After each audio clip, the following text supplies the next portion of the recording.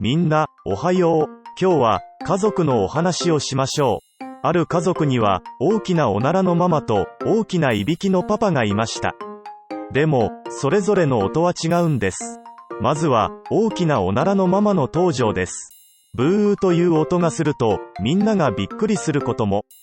でもね、おならをするのは体の中に溜まったガスが出るからなんだ。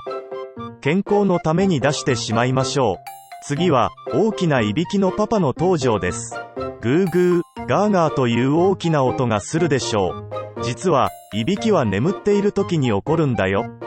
パパは疲れている時や鼻が詰まっている時にいびきをかくのかもしれません。